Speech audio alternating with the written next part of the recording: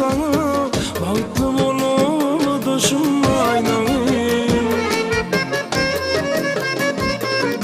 Karma güller bir de yardı boyumu, karma güller bir de yardı boyumu, bağıtlı olup doşum aynayım.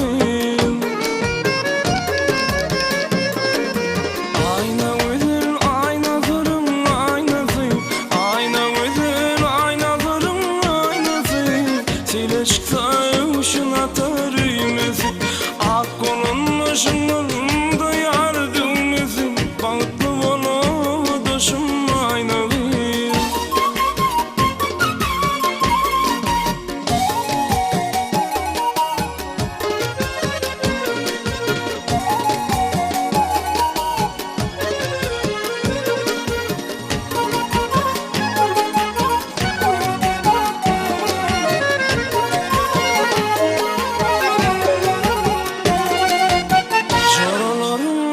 Seher bağlasıyla çıkanda, çağralarım elin seher bağlasıyla çıkanda, asa yürek şar tarafa bakanda.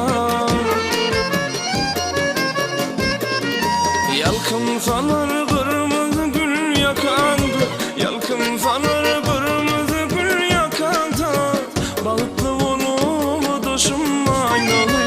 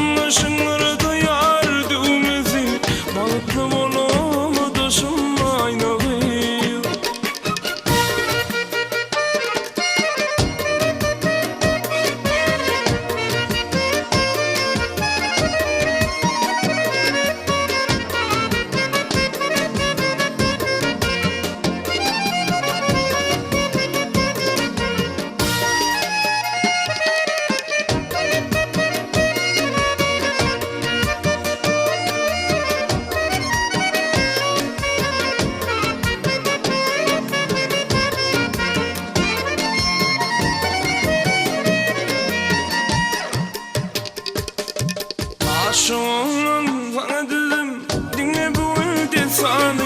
Aşık olan sana dedim, dinle seni de sanı. Mutlak bir yan tercihim